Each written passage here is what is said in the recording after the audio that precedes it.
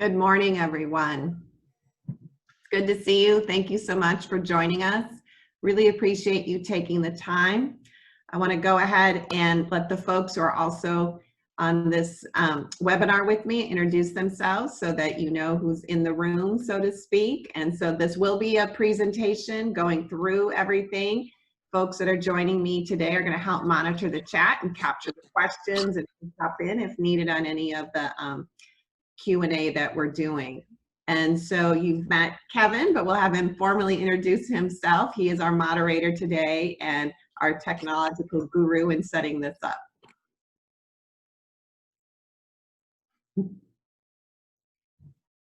Yes, good morning again. I'm Kevin Rocap, Coordinator of Data Reporting and Educational Technology here in the school district. Welcome. And then we have our Assistant Superintendent, Anthony. Hello, good morning, Pittsburgh community. Glad to have you here. Also a proud Pittsburgh High School graduate, and I see a couple of other 94 graduates in the house today. So good to see everyone here. And Ms. Preciado Gomez. Good morning, everyone. Thank you so much for joining us. My name is Leticia Preciado, Parent and Family Coordinator. Welcome. Mr. Scott. Good morning. Larry Scott, Director of Facilities and IT for the district. Welcome this morning. And Ms. Kuha. Good morning, everyone. Hello, Pittsburgh. My name is Kuher Ha. I'm one of the program specialists, but as of July 1st, I'll be stepping in as Special Ed Director. And Mr. Alegria. Good morning, everyone. My name is Nelson Alegria. I'm the Supervisor for Site Safety and Emergency Preparedness for the district. Welcome. And I am Janet Schultz, your very proud superintendent. So happy that you've been able to join us and take this time. It's really important to us that we go through and explain what we're doing now and what some of the options are. I want to thank everyone for submitting questions ahead of time.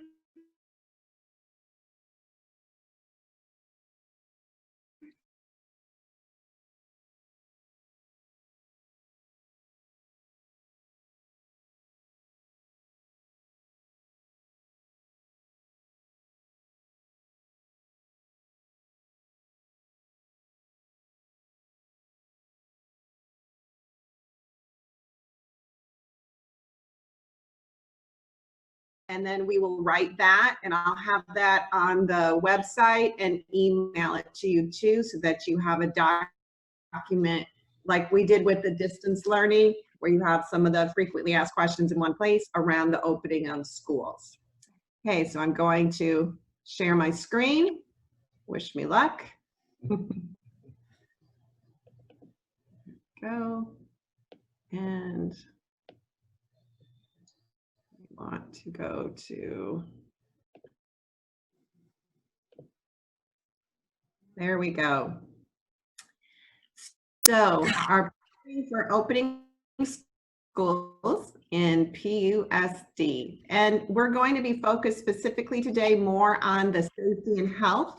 That's a lot of the questions came in around safety and health, and also the options for scheduling that we're considering that are based on those safety and health recommendations. So during our time together, I'm going to briefly touch on some areas, go deeper in others, but we're going to go over the guiding principles that we've been using to really guide this work. The three possibilities that we're planning for the fall opening for the August 12th start of school. The committees that we have formed to work in different areas. The timeline that we have developed in order to make sure that we're ready to open schools safely.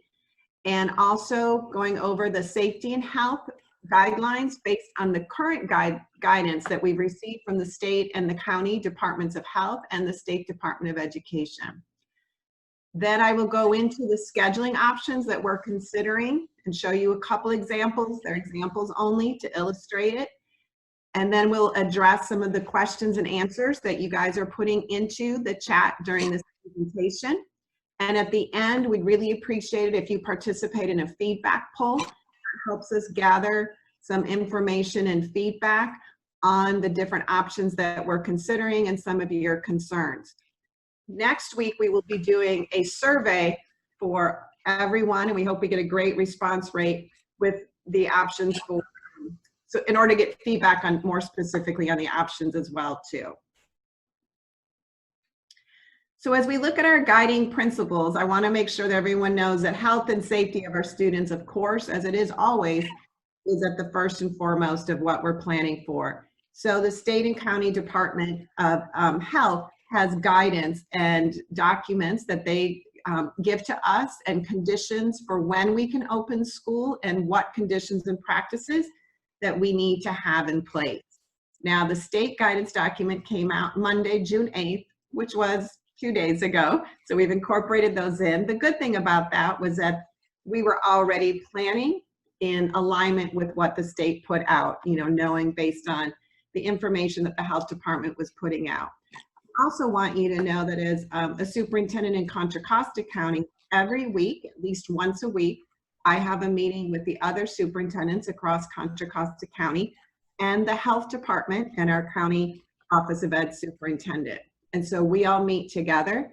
The health department shares any updates that's happening in our county so that we're up to date on conditions and we're working together. And then as superintendents, we share ideas of what's happening in our district as well too.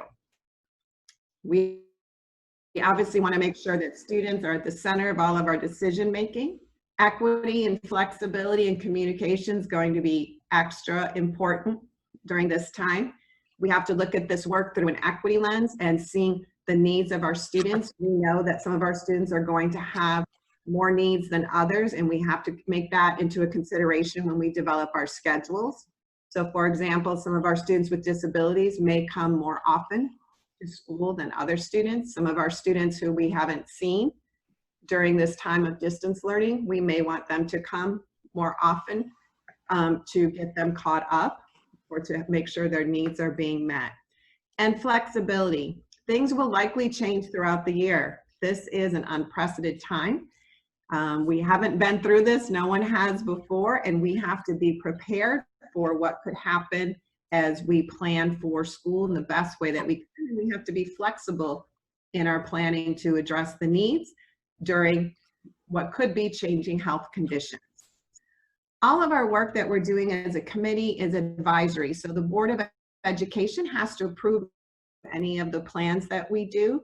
They have to be in alignment with the state and county health is applicable to bargaining. Then we also work with our labor partners to work on that. We also are assuming that any of the laws that are required to do this work are going to be waived by the state. And I'll give you an example of that. So we have requirements around instructional minutes, and it's different at different grade, at different divisions, elementary or secondary. And it's defined with some of that interaction and that time that students are in school. So when we went very quickly to distance learning, the state waived those instructional minutes so that we could be flexible with that. But that stops June 30th. We have to assume, since the state is moving ahead with encouraging us to do the planning that we're doing, that those are going to continue to be waived or those laws will be adapted. Another example would be our child nutrition services. Those requirements so that we were able to distribute the meals in the way that we could, that was a law that was waived so that we could do that. And so those things we're not going to spend time on because we know that the legislature will take care of that. That's part of what they'll need to do in order for us to open with that. So in essence, there's three possibilities as we think of opening school. The first is schools open and we have no restrictions. We're extra careful with health or cleanly, doing extra sanitization, but we're able to open fully like we would normally for school. That is unlikely right now. And so it does not seem by the guidance that we are getting from the health department or from the state or the conditions that we will be able to open with 100% of our students coming back 100% of the time. That is ultimately the goal. When that's able to happen is going to be dependent on the health conditions. The other option is schools remain in full distance learning. So we open and everyone is in distance learning still. We know that changes would need to be made to that distance learning. We moved so quickly this spring into distance learning, and everyone did a great job in coming together, working so hard. But we know that we've had time now and been able to learn from each other and some best practices that would look different, so that we would have more evenness across what our scholars are experiencing when they're in distance learning. The third option is the one that we're planning for and the one that we feel is the most likely, given the direction we've been given by the State Department of Ed and where we are as a county in our health conditions right now. And that would be that schools are allowed to open in a blended or modified format. So meeting the certain conditions, the health conditions that I'll go over, then requires us to do a modified or a blended schedule, with students being in school part of the time and remote learning the other part of the time. I want to assure our families that I know that there are concerns around students coming back to school, some of our families. We will offer the possibility for students to remain in full distance learning, even as we open into this hybrid model. So the focus areas that we've been working on in our committees, and our committees have representation from all of our different labor partners, principals, teachers, classify, as we work and going through. And then of course we want to get a lot of feedback from our parents and our students, and as we narrow down some of these possibilities. We've spent a lot of time looking at all of the research that's out there from the state, other countries, what other districts are doing, and gathering all of that information, sorting through it, and working together to really make sense of what's going to make the best sense for Unified as we move forward. So we're looking at in the areas of safety and health, and Nelson and Larry are on that as well, with a lot of other members on that committee. We're looking at the instruction and schedules for all of the different levels of what that would look like. And then a committee for really looking at how do we serve our students with disabilities to make sure that we're meeting those needs with the schedule that we adopt. Social emotional learning and counseling, looking at how we're going to transition our students back and prepare them and address their social emotional needs. And our student, parent, family, staff, and input committee, of which has brought us to this webinar. So special thank you to Leticia for her work in that committee and bringing all of this together for us. Just to give you a little bit of a sense of the process and the structure we're using. So the advisory committee is a large advisory committee, and then we meet weekly. And then the subcommittees are going deeper in these areas and scheduling and instruction. We have different committees for different divisions in order to look at. And there's a ton of information, and we've been really reading through and looking at some best practices from other areas. For our timeline, so our advisory committee and subcommittee, we started in May forming and planning and having our meetings. We'll continue all of that, and we're getting community input. Our goal is to have a recommendation for what the schedule would look like by the beginning of July. And so July 10th is the deadline for that. If we can get that sooner, great. Then, as I mentioned, we would have to have the approval process from our Board of Education, the County Health Department, and then any memorandum of understanding process that we would do with our labor partners. We'll be working with our schools to make sure that each school implements the plan at their school site, because it's going to be similar across school sites, but then each school is unique. We'll be doing trainings for our staff to prepare for this. We're already preparing our facilities by doing the deep cleaning, sanitization, working on schedules of what that will look like, and we'll continue doing that. And then of course, we'll prepare for the first day of school, August 12th. So as we look at safety, health, and physical spaces, I have 2 slides on this, and trying to incorporate a lot of the questions that we receive for these webinars. And so again, thank you for those.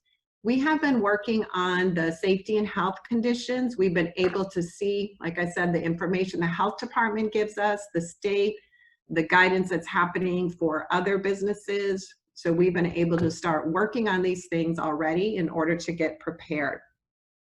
So one of the things that we have, oops, slides are sensitive here. One of the things that we're working on is making sure that we have a cleaning and sanitization schedule. We have to follow the California OSHA standards. Those are high standards for employees, and they also govern school districts in terms of what we have to do in terms of our cleaning and the types of equipment we use, the type of materials that we use in order to do our cleaning of our schools. We are looking at where in all of our schools we will have sanitizers in all the classrooms, but where we also have hand washing locations, and we'll have to deliberately schedule time throughout the day for regular hand washing. We know from the CDC and also the state and county health that the regular hand washing is really one of the strongest ways to prevent the spread of COVID-19. Then we're looking at desk shields for offices and other locations. We will in our schedules be having to limit the number of parents or volunteers who come physically into the school. But if you picture our offices, and if you've been to the grocery stores or the pharmacy, and there's the plexi shield that goes in the front, we're looking at those so that we can do that in terms of protecting everyone in those interactions as well. You probably heard the term PPE a lot, personal protective equipment. So masks, face shields, and gloves are what we have in place and what we're ordering more of. The current recommendation is that the adults wear face shields or masks, and that we encourage it for students if possible. We know that some students are going to have sensory issues, health issues, where a mask won't be appropriate for them. So the state is going to send us, they did announce that they're going to be sending face shields. And if you've seen those, they have like the visor around the forehead, and then the face shield comes over so it's clear. That's something that might be better for a lot of our teachers, so the students can see their mouths. When you think about learning phonics or students who are English learners, it's very important for them to see that. And so we're going to have the face shields. The state is sending us face shields for every educator and masks for every employee and student for to get us through the first few months, disposable masks in case people have forgotten theirs. We also have ordered them. We've ordered some of the face shields, and we're having people test those out to see which ones are more comfortable and make sense for our teachers as well, so that we get those. As you can imagine, some of them take a little bit of time to get with the ordering because of the demand. So we're doing all of that now so that we can get those in time for everything. And Mr. Scott, do you have the face shield? I'm putting you on the spot, but just to show it, it was helpful when you can kind of see it, what it looks like, and you can see. And last night's webinar, parents asked about, could we find those for students? So we are going to look for a smaller version, but it kind of gives you a sense of, you would have that over it, and then it's clear so that you could see the person's face. Thanks, Mr. Scott, for showing us that. Thank you. And then the classroom configuration and space. So we're looking at all of our classrooms. The current recommendation is that we space students 6 feet apart. So they've gone away from a ratio of students to adults and really looking at your space and what does that mean in order to have students 6 feet apart. And so in their interactions, keeping them 6 feet apart in the classroom and any interactions that we can as much as possible in the schools. Another consideration is our instructional and play materials. So we will look at how we are able to minimize the sharing. This is especially with the littles. We know that there's a lot of sharing that goes on. How do we minimize that and keep their kits, play kits and their instructional materials in one place and minimize that? The state right now is recommending that we do temperature checks, and the state is sending us one no-touch thermometer per school.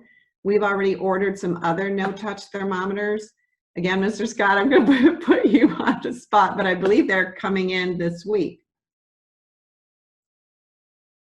That is correct. Actually, they came last night and we missed them delivery. So they're coming back this morning. So we did order, again, we will test them out, see that they work for us, and then place a larger order because we know that one per school won't be adequate. And so the no-touch ones, you might have seen them. They look like, you know, the thumb comes up and then you can put it towards the forehead of the child or the adult, and it takes the temperature instantly without any contact. And so we will be having to put in processes for doing those health checks for our employees and our students. We have some forms from both county health and also some other districts and businesses who have opened already, where we have examples of how to do a self-health check for the employees and the adults, looking at the symptoms of COVID-19 and making sure that they're verifying they don't have those symptoms before coming into work or to school. We will look at the structure of how we use our common areas, and again, to minimize having large groups interacting. So it's really about minimizing the risk is what that, as we look at that. And so our hallways, our cafeteria, playgrounds, drop off and pickup, we will likely have to stagger some times for drop off and pickup so that we can, especially at the elementary, so that we have time to do the temperature checks, get students in without a lot of mixing among all of the different cohorts of students. When same thing with our hallways, we'll be thoughtful about when classes are moving to different spaces. Bus capacity, this one is going to be challenging for us. There is right now the recommendations that there's 6 feet of spacing, so that means in our buses that would only be about 1/3 of the students who we currently transport would be able to be on a bus at one time. So we will have to look at what that means for our ability to transport all of our students in the same way that we do now. We will absolutely continue to make sure that we transport all of our students with disabilities who have that in their IEPs, and thinking about how that is how we space them safely. Where it'll be a challenge is in our gen ed transportation, where we have some buses that have, you know, if you had 100 students on them and now they're going to be able to have, you know, 35, you know, so that's going to be a big shift for us in figuring out what's going to make the most sense in doing that transportation, but we will work on it. And we've got bus drivers, we've got Mr. Velasco, our Director of Transportation, working on what that could look like as well too. When it comes to meal service, we will most likely have meals where the students are remaining in their classroom or going outside with their cohort. So there's a lot of recommendations about making sure students have exposure to fresh air as much as possible. We're fortunate that we usually have good weather here, so we will take advantage of that and have, you know, set up some spaces for students to remain in their cohort, but eat outside, get fresh air. We will be able to use our cafeteria space, but not in the same way that we do now. So it might be 1 or 2 classes, or depending on the space, 3 classes eating in the cafeteria in their cohorts, depending on how we can space it out. And so we'll prepare that. And we will continue to provide meal services for students who are not in school. We are developing protocols for staying home and what that looks like when there's a confirmed case of COVID-19. Those protocols we'll be doing with our county health department. And so I know that that's a concern for a lot of families, is if your student is in a class and another child in that class ends up having the COVID-19, then what does that look like? And so different possibilities, if that child's been in class, and there is a possibility then that all of the students in that class, in that cohort, which would be probably somewhere around 12, would need to remain at home for the 2-week period and or get the COVID-19 test. And that's always, you know, we can't, we don't require the test at this time. That's a decision for the families, but it is offered for free throughout the county. And so it could be that they get the test and see how if they test positive or not for anyone who's been in there. We're working with the county. You may have heard on the news the term contact tracing. where they'll have a process in place with us. So let's say someone in that school community, maybe it's in a class, maybe it's in the office, maybe it's is diagnosed with the COVID-19. We then work with the county health department.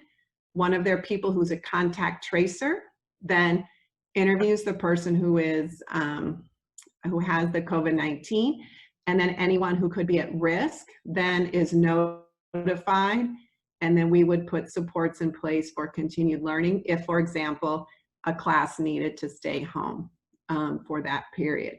So right now we're working with the county health department and hoping to do like a graphic so it's something that you could see about what that would look like in there.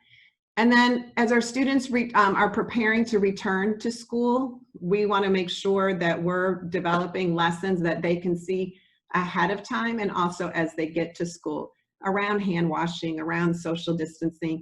Again, if you think, and ways that we can do it that are sensitive to the age of our children as well too. It's very different to have that conversation with 4- and 5-year-olds than it is with high school students. And so making sure that we include the students in what that looks like, that there's a lot of time spent on why social distancing and staying 6 feet away in our classrooms is important to keep each other safe. But we certainly don't want students to think that it's bad to hug or any of those things that we know are so natural for our students to do. And so really educating them about this is a way to keep people safe and how we're going to work in our classroom that's going to look different this year. So there's different things we can do in terms of, depending on the age group, dots on the classroom floor. One thing that we can learn from our pre-K students is they already do a lot of hand washing that they have to practice. So we will continue that. Thinking about, you may have heard some of the things, if you sing the alphabet song while you were washing your hands, then that's the length of time that you use to wash your hands adequately. So doing things like that. We will have some lessons that we reach out to the community and our students with ahead of time to show. And then as they transition back to school, we'll be doing a lot of that in person. Scheduling, so an instructional program. So we have, as you saw, committees for each of our different divisions as well. Our considerations, again, is the health department's moved away from a definite number to social distancing of 6 feet. In most cases, depending on our classroom, that's 12 to 15 students. We're looking at the size of our classrooms and what that would look like in terms of setting up the classroom space. If you think about now we have so many great classroom configurations with shared space and tables for the students to learn at the same time and all of that. It will most likely look very much like how probably you and I may have had school, where it was more separate desks facing forward and then separated out. And so we will one day get back to all of that wonderful shared learning and group space, but for now the desks will look much more in rows facing one way, spaced out in the 6 feet. We're looking at examples of rotating schedules, and I'll show you some of those in a little bit, because with having the 6 feet apart, like I said, we won't be able to have our full number of students in the classroom at the same time. So we would be having them in almost thinking of almost half and half, depending on the size. We want to make sure that we're thinking about our students who are in the same family. Do they come on the same days? How we schedule that? Our students who are in the same family at the same school, but also in families who have students in elementary, junior, and high school. We are planning for distance learning for short term and long term. There are going to be examples like I shared. We hope we don't have any, but if we have to have a group of students stay home for a short period of time or for 2 weeks, we want to be prepared to provide them learning. And we will be providing full-time distance learning for students who are unable to come to school. In the schedules, we're considering the equity. What will that look like? Instructional schedules may vary. Our students with disabilities or in our special day class may come every day if that's what's going to be, if the class size fits those needs, and that's what's going to make the best sense for that. We have to look at our supports for our students who are homeless, our students who are in foster care who may be new or transitioning to our district, and also students who have had little or no contact. Most of our students we've been in contact with during distance learning, but there are some that we have not. With all of our best attempts, we have not been in contact with those families or students. And so depending on the reasons why, we want to make sure that we really connect with them and spend more time getting them transitioned to school. And then we have to identify and are identifying our technology and material needs. So we checked out almost every laptop or Chromebook that we had in order to support our families in distance learning. We ordered a large number of other Chromebooks that will be delivered this summer because we know that we're going to need to increase that. And we also have applied for, you may have heard the state talking about donations for laptops and internet devices. So we have applied for that and are waiting to hear back if we're going to receive and how many we're going to receive of those so that we can plan accordingly to get more. I do want to thank the Rotary Club. Found out they've recently just decided to really work on donating and helping us raise some funds specifically for technology and internet capacity. So thank you to the Rotary Club of Pittsburgh. I believe, Mr. Scott, you are a member. And Mr. Velasco is a member, and Mr. Molino worked with them on getting this together. So we're thankful for their donation, and you'll be seeing that coming out as well, the process for how you're able to donate. And as I mentioned, as we look at our students with disabilities, how we're going to continue to provide services no matter what the situation. And so as we narrow down what our schedule is going to look like, then our folks who provide services for our students will meet to think about how are we going to make sure that we're doing that, whether it's in person or remote, so they continue to get the services throughout. And we work with our non-public school partners and county placements to make sure that anyone that we have a contract with is held accountable for providing all of those services as well too. And although we're not going deep in this today, I do want to mention and make sure that folks are aware that we are working on counseling and social emotional supports for our students. We know that as our students transition, that there's a lot of things that they may be experiencing with emotions. There's overall what's happening because we've been away from each other. They've been in distance learning. There's a pandemic, you know, that could be scary, figuring out what that means, nervousness that they've had. We are in a very challenging time in our country and in the world, both health-wise, but also with the virus of racism. And so we want to make sure as we transition our students back that we have adequate supports, that we use the tools that we have around restorative practices, conversations, and our counselors to really transition our students back thoughtfully and doing things virtually before we come back to school as well. We will continue with the therapy that we have. Lincoln Center is the group that we contract with. We will continue with all of those services as well. And then we will look at the lens of, for our secondary students, making sure that no matter what type of learning that they're in, that they're meeting their course requirements, that they're making progress towards graduation, and they're meeting their UC or CSU course requirements. So that part as well too. Excuse me.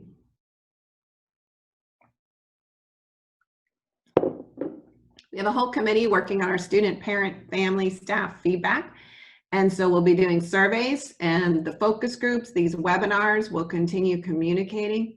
We're doing the webinars this week. We are recording them, so they'll be available for people to watch as well too.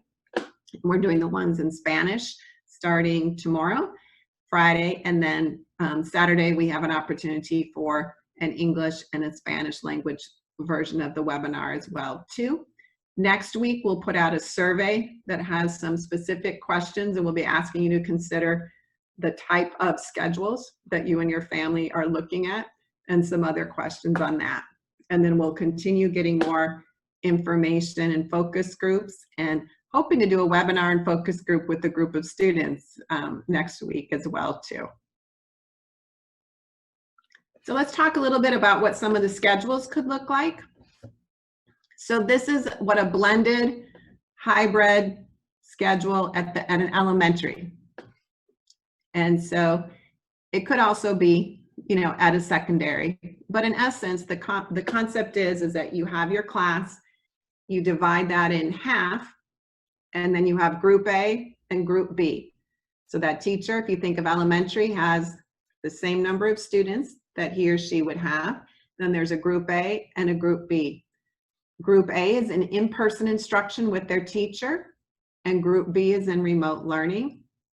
And then they switch, and group B is in in-person instruction, and group A is in remote learning.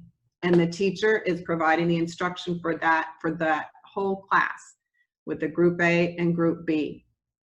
The options of when group A is there and when group B is there could be morning, afternoon, could be 1 day in person, 1 day remote, 2 days in a row, 2 days remote, week on, week off.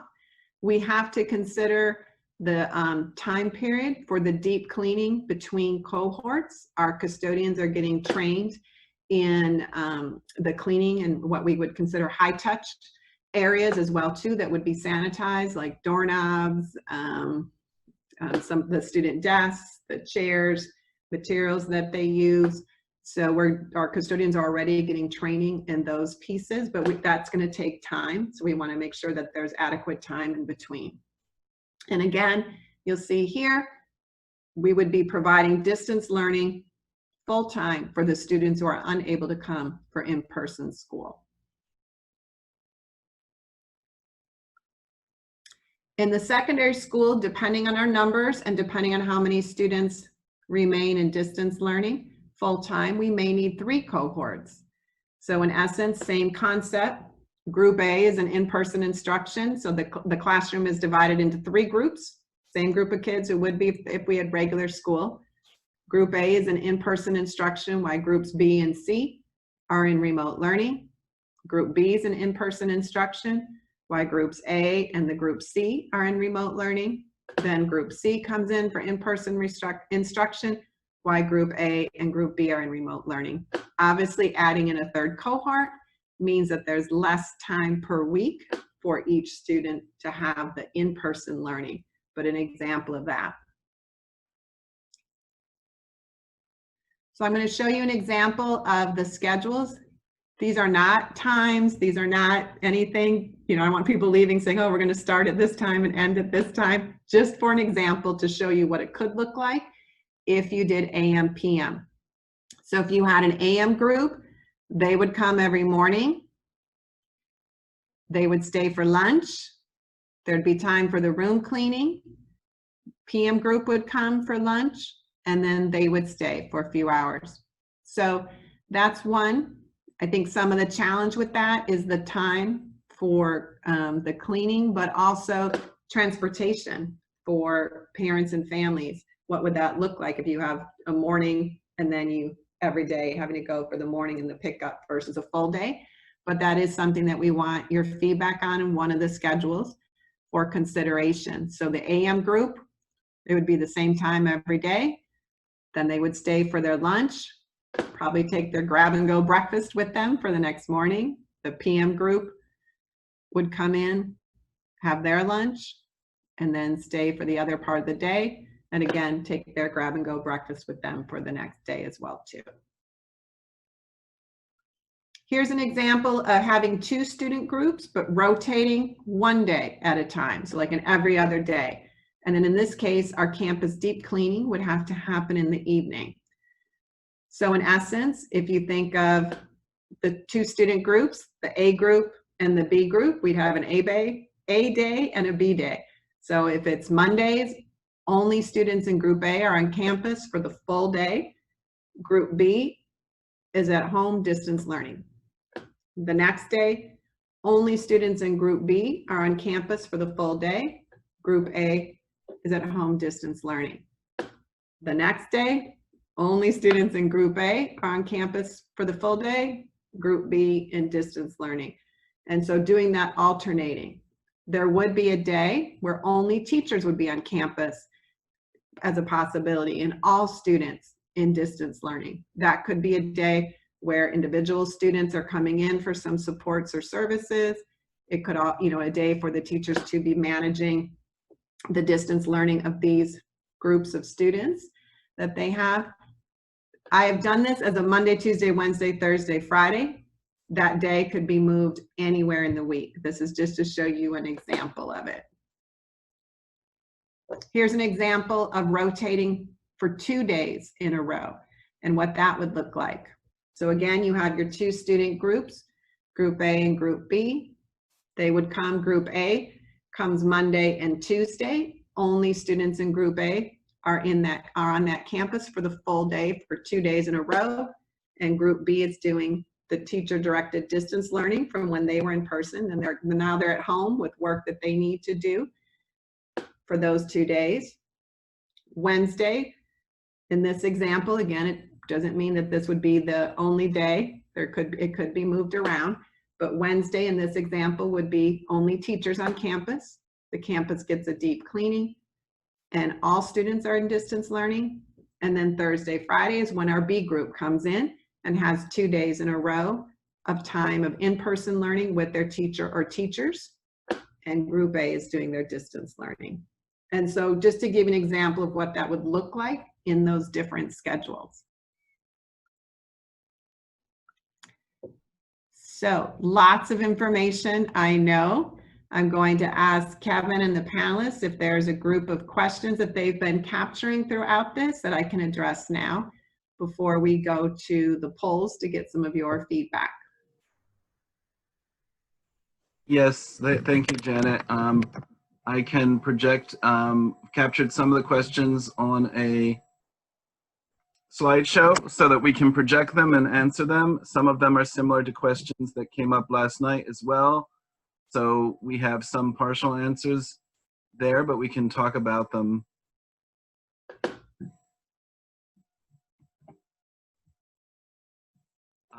So again, everybody's concerned about what will social distancing look like, but we also had specific questions or recommendations such as should we phase in older students first because they may be better at social distancing.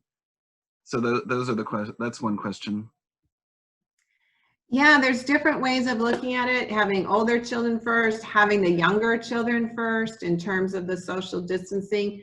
We're going to make sure that we have lessons that all of our teachers do with the students that exposes them and educates them about what social distancing looks like. So we'll develop some videos and some lessons for students to see ahead of the August 12th school date.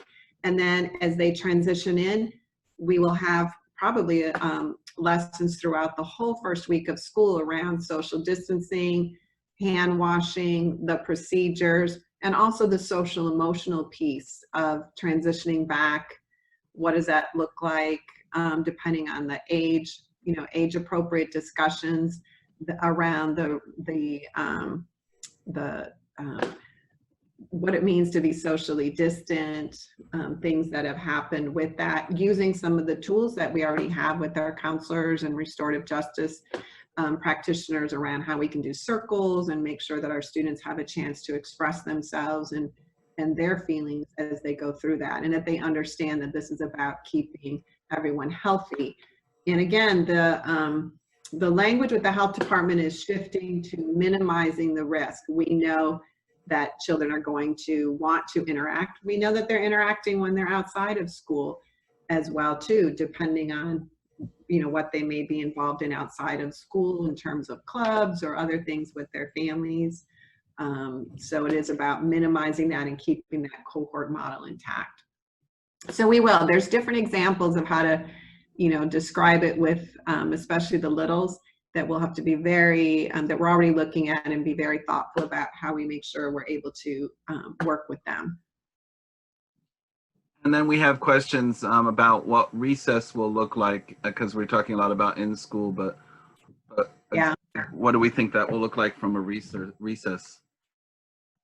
Yeah, recess will look very different because it will be about encouraging. Right now, there's nothing that is allowed that is around like contact sports, but it doesn't mean you can't do conditioning. Recess might look very different. It might be more, we will have to think about games that don't allow for contact or a lot of close interaction with that, and how we schedule those outside breaks, because we will have to stagger it. So even with only half the school there, they won't all be at recess at the same time. It'll look different. We'll have to stagger so that each classroom has time for recess and outside break, but it's done not at the same time to minimize the number of students out there.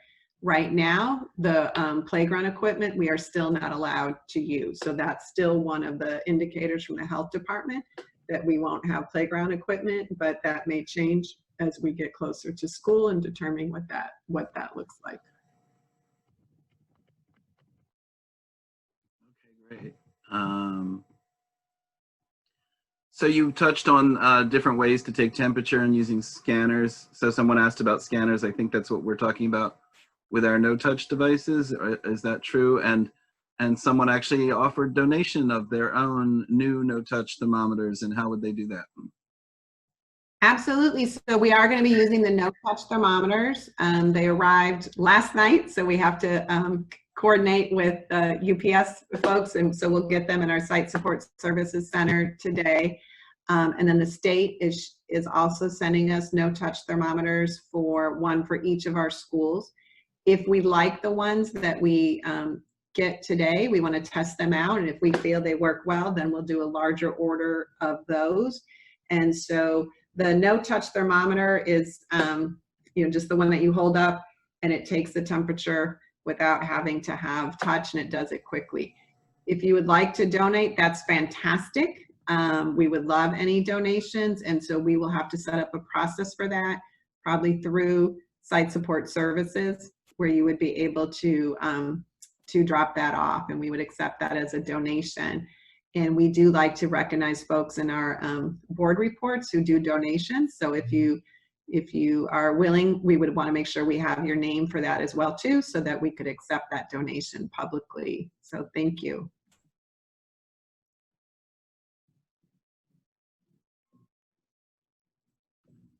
There was a question, and we shared a couple of, in the Q&A, we shared a couple of links. Leticia shared one for the California Department of Education guidebook. Nelson shared one for where to get current statistics on where we are with cases in the county and in the state. So we'll make sure that those become part of the frequently asked questions. Yes, and on our website too, in the district, we do have links to those as well. And then as I send my weekly messages, we'll continue to send links to those. The Contra Costa Department of Public Health has on their website a what they're calling it, like a dashboard, and they show the indicators of where we are as a county in meeting health indicators. So they show it, and you can actually look up by city, and you can see how many confirmed cases of COVID-19, how many are hospitalized. And so they look at their different indicators of health, and that's available for the public on the Contra Costa County Department of Public Health. And so they have a lot of good information on there as well too. So we will send that link, and we can send it out today for all of our people who have registered for this. And then I'll send it out as well in the messages, and we'll make sure that we get you that information. Thank you. And again, also questions about distance learning. How can it be strengthened, made more consistent? Can we expect Zoom every day for students? Can classes themselves be live streamed? Yeah, we're looking at all those possibilities. There's some counties who have distance learning as a county that they've developed of classes that we're looking at. We're looking at having more standardization of the platforms, because we know that there were different experiences that folks had depending on the school or their knowledge, their own family knowledge, technology.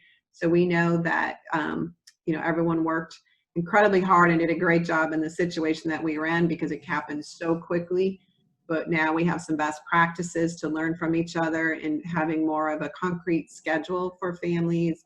We heard a lot of feedback around having a consistent platform to use in order to access the information. We're doing a lot of professional development, and we'll do more over the summer with our teachers as well too. And I don't know, Mr. Molina, you want to add anything on our distance learning? No, I think you really captured it earlier on when we were thrust into this, and it, just like everyone else in the nation and the state, we definitely were underprepared in a sense for the distance learning component, i.e. the technology and the platforms. But we have made considerable growth this spring and into the summer. Our summer programs are, as many of you know in the audience, are completely in the distance learning mode. And so we are doing professional development as we speak. We push summer programs back a little bit just so we have that time to work with our staff and our teachers and get things set up. And we'll have considerable professional development for staff throughout, so that way we're prepared in the fall for the hybrid or any amount of distance learning, way better prepared than we were obviously going into the spring. Thank you. Yeah, that's a great point. So all the work that Mr. Molina and his team are doing and training the teachers and preparing for summer school is really helping us prepare for the fall too, because our summer school distance learning, for the high school students, will have grades and it'll have more structure in that, because with the credit recovery, it's important that they're able to get their GPAs up at that. So thank you. And the next question was really just to clarify, as you're sharing these options, are we voting on options, and are we going to go with like what most parents think, or are we actually giving people different options? What is it that they can actually choose?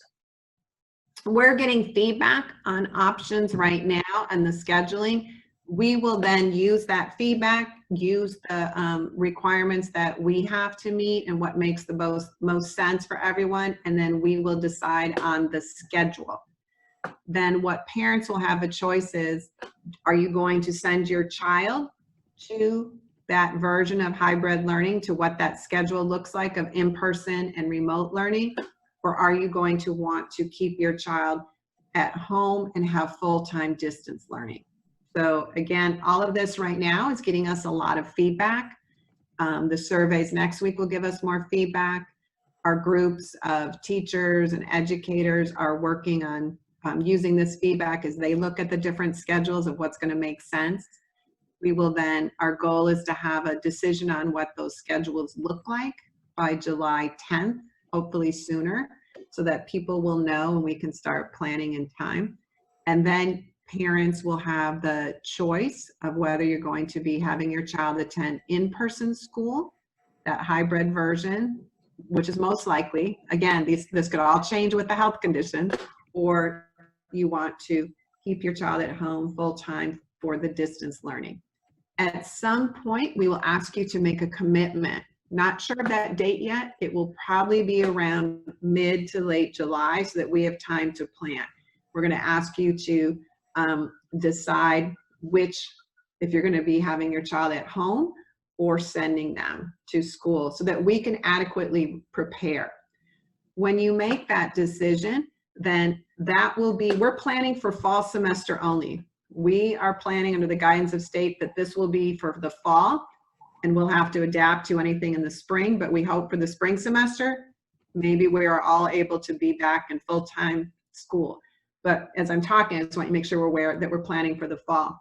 So if you choose to keep your child in full-time distance learning, then we will have certain points throughout the semester that you're able to, if you want to change your mind, but it can't be, I'm in distance learning full-time this week, and then the next day I want to make sure they're in person, because we have to think about the balance of our classes. So, and what that looks like and prepare adequately. So probably around late July, we'll be asking you if you're going to have your child remain in distance learning or attending in-person school.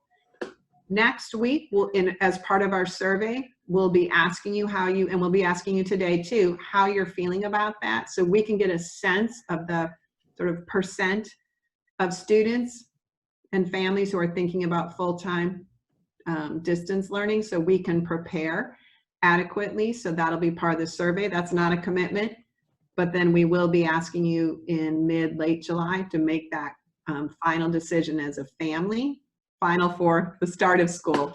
And then there'll be some opportunities throughout the semester to change your mind should you choose to do so. Okay, great.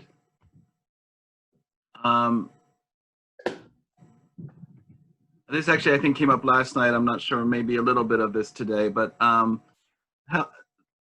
understanding the difference between health guidance and requirements, because we do see that we get guidance on what should happen.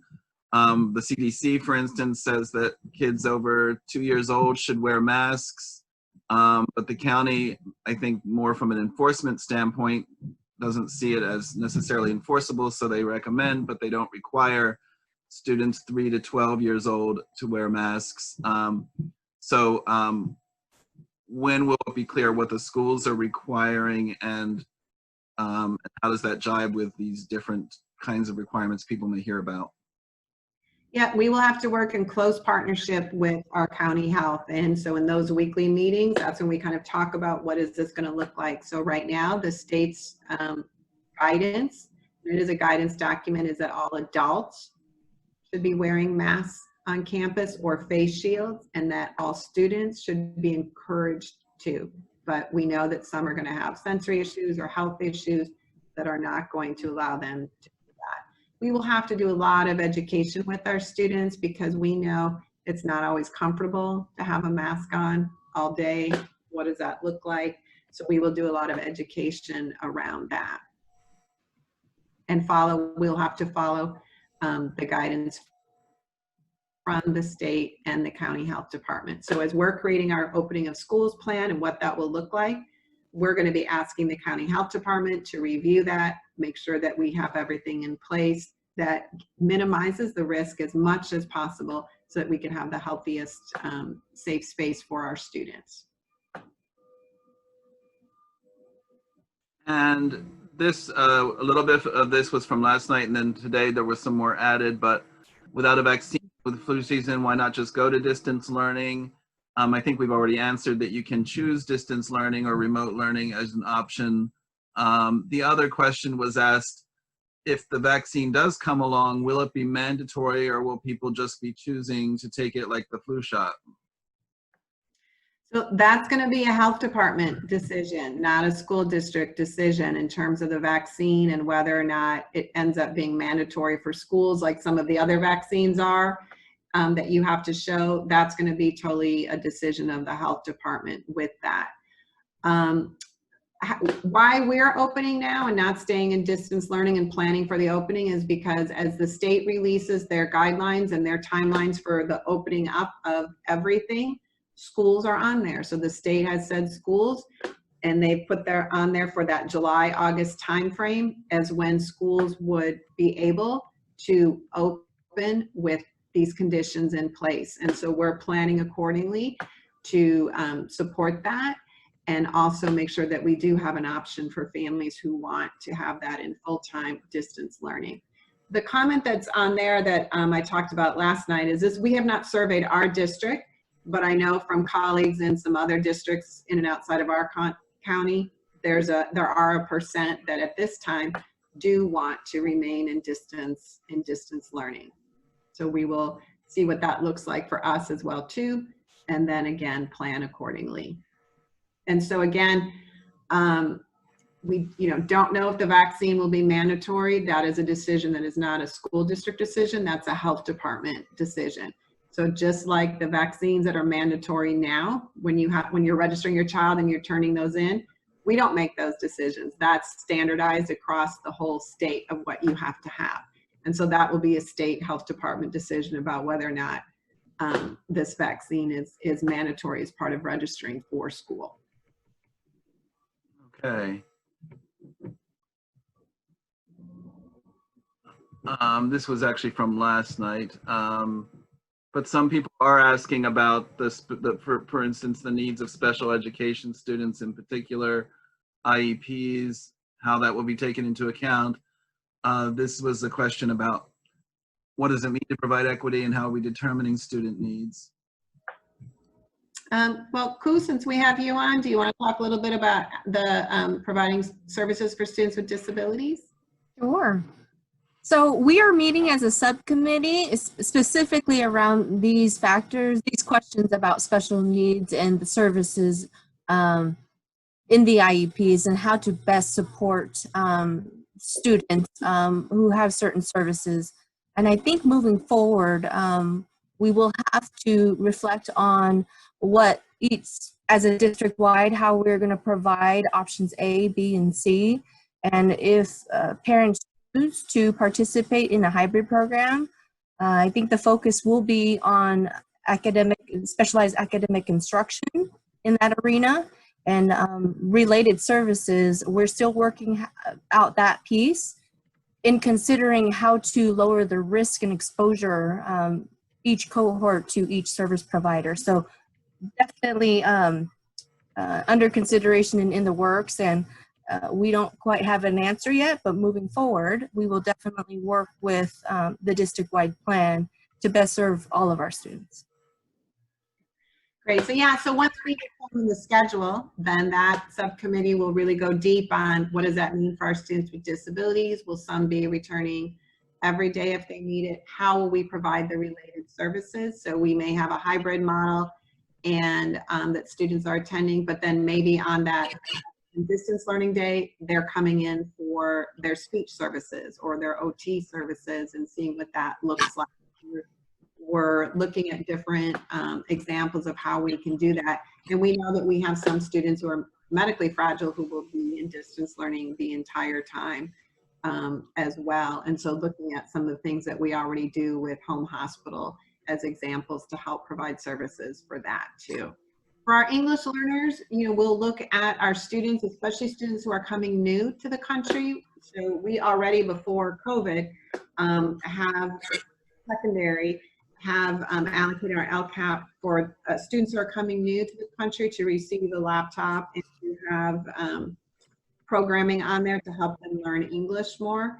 And so maybe those students would be coming more often or in smaller groups for the targeted group for that language interaction, because that can be challenging sometimes over the distance learning full time during the hybrid model. So those are some examples around what we would look like, what equity could look like in terms of individual needs and trying to meet the needs of our students.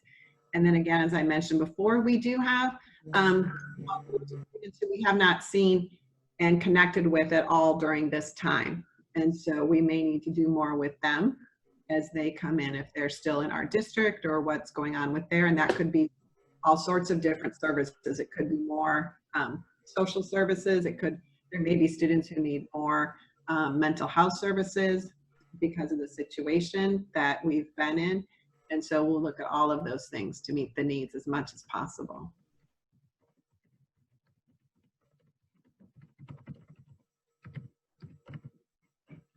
So questions on the side of what if students don't abide by social distancing or masks? What do we think that's going to look like on a from a disciplinary standpoint? Our focus right now is really on educating and being proactive around what it would look like around social distancing and masks. We know that young people are going to, it's not a hard and fast rule, nor does the state have it as that. As you've been out and about as families, you've probably seen that there are time periods where you're not always socially distant from someone else, whether it's, in the store or, at different activities that you may see. So we're really focused on being proactive and educational right now and making sure that people understand the importance of it and haven't thought about what that would look like from a discipline. It's really about education and making sure that the students are aware and that we're all doing the the most that we can to minimize that risk, because there will be some students who don't wear masks. Okay, I'm just seeing another one here that might be of interest. How will remote learning be assessed? I think they mean how will the students be assessed, but of course the program itself needs to be assessed. Yeah, and I think that's a detail that as we're working on it, and as Mr. Moline talked about this summer and how we're doing some of the planning for distance learning in the summer, then we'll have, especially at the secondary level, what that assessment looks like. But that's not something we could answer today in this format. We know that we have to have more standardized way of assessing and have it be more even across the experiences and across all of the grade levels. So that's what we're working on, but don't have the details of what exactly that looks like yet. So we definitely appreciate all the feedback we got from families and from students when we were in distance learning, and know that we're going to standardize it so that it's a more even experience across schools by the divisions. And we also have some great best practices that schools and teachers did that we can share and learn from to use. And so that's where we're at now with that. But definitely know that we need to have clear communication and opportunities around assessing our remote learning. And I think, like you mentioned earlier, Dr. Schultz, about the fact that the advisory committee is on one level, but there are certain laws that address things, certain requirements that address things, and the same at the secondary level, things like sort of AP exams and requirements that colleges have for students who are coming in will affect considerations around grading and assessment as well, and will be in negotiation with those, right? The colleges have already done things, and we'll make sure that that's communicated as well in terms of waiving the SAT.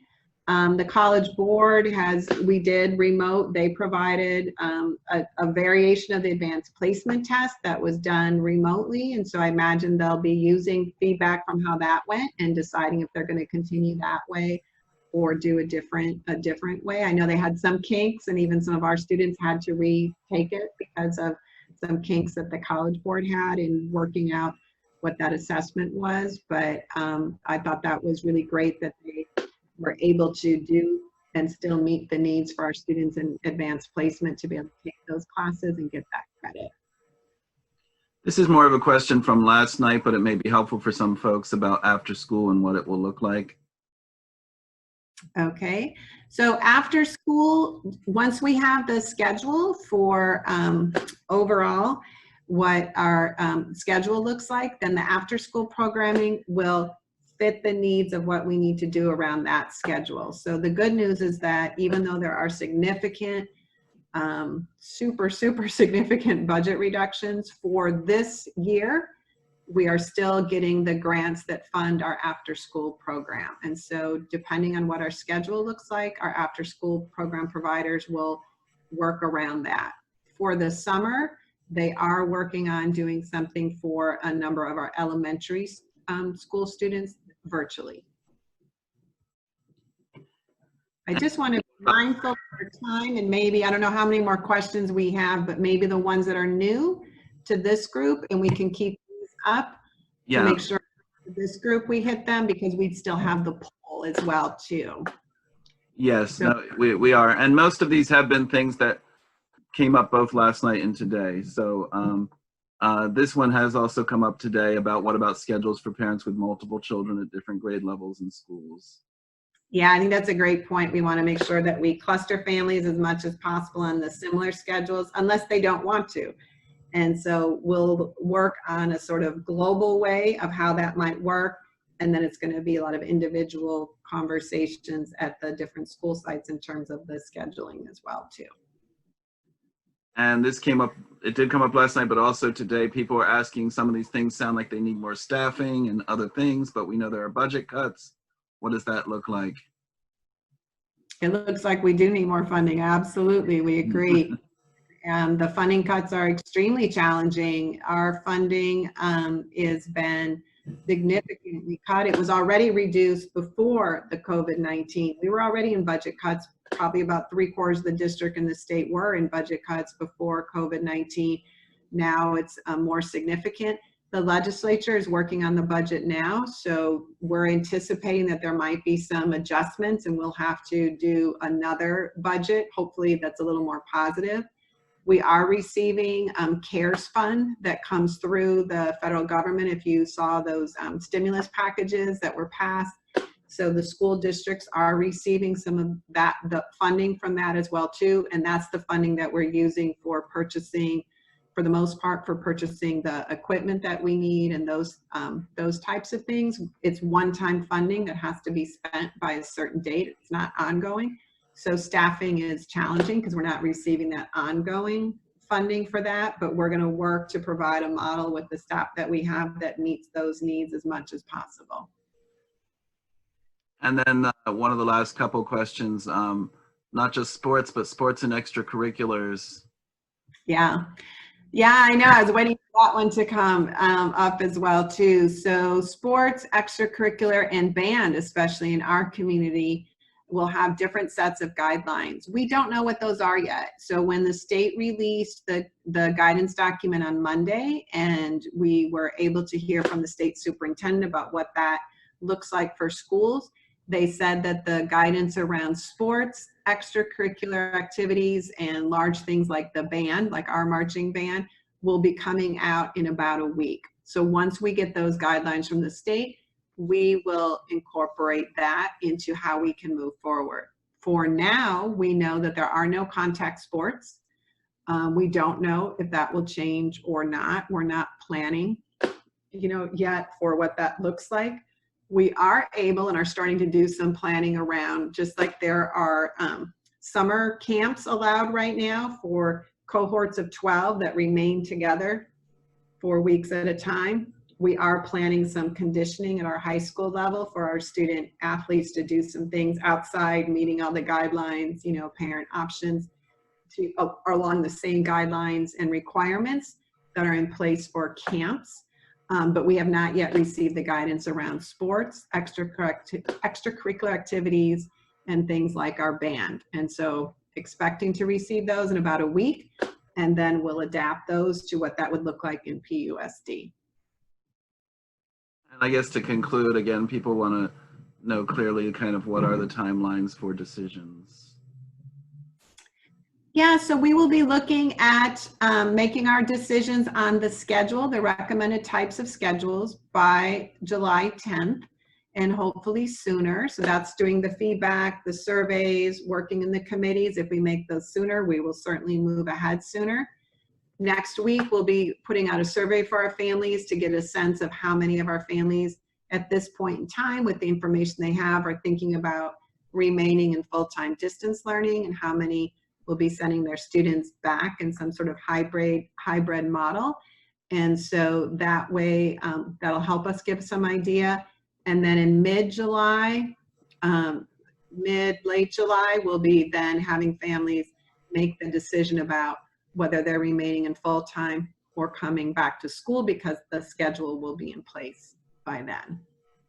And in the chat, someone saw that I was skipping over dual immersion, so they wanted me not to do that. They just want to know that it's continuing, and what does that look like? Yeah, so our coordinator of English language learners and dual immersion, Sandra Guardardo, was on our chat last night and was able to talk about this. And so looking at the scheduling would be the same, so the dual immersion classes, depending on what model would happen, they would follow that model.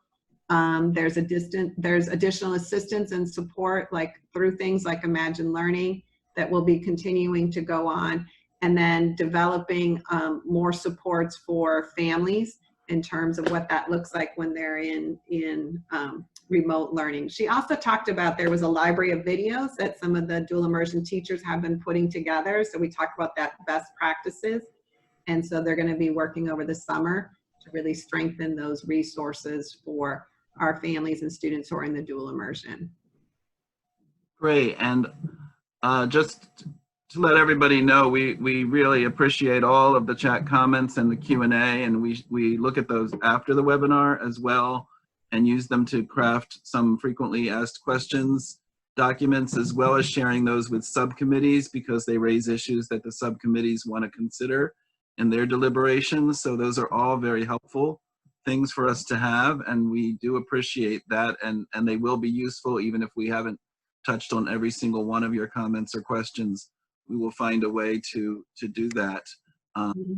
So that's been very helpful for us.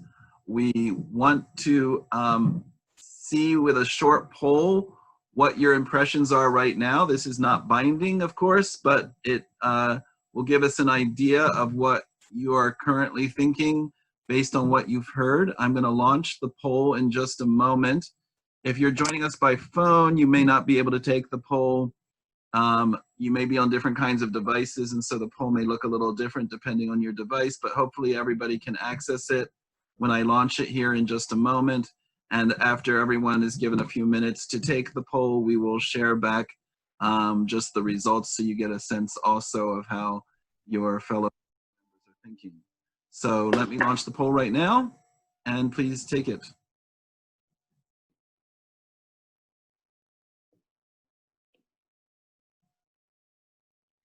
So while you're looking at the poll, I just really want to thank everyone for your time. The feedback helps us, and it will all go to the committees. As Kevin said, we're capturing all of the chat. We're able to save that in a document, and then we can help make sure that we put together a frequently asked questions document to have an organized way for addressing these questions as we go through this planning process. It's really important to get your feedback. So I just appreciate your time and your attendance in this webinar. We have recorded these webinars, and so we will post one of them in English, and we're starting the Spanish ones tomorrow evening. So we'll post one of each on our website as well too, so that families who didn't have a chance to attend one could also pull it up and watch it as well. And so just want to thank you so much for your time together. I want to thank the panelists for joining and helping organize all of this, and keeping up with the chat. And it's a continuous process, and just I really appreciate our Pittsburgh community so much. Thank you.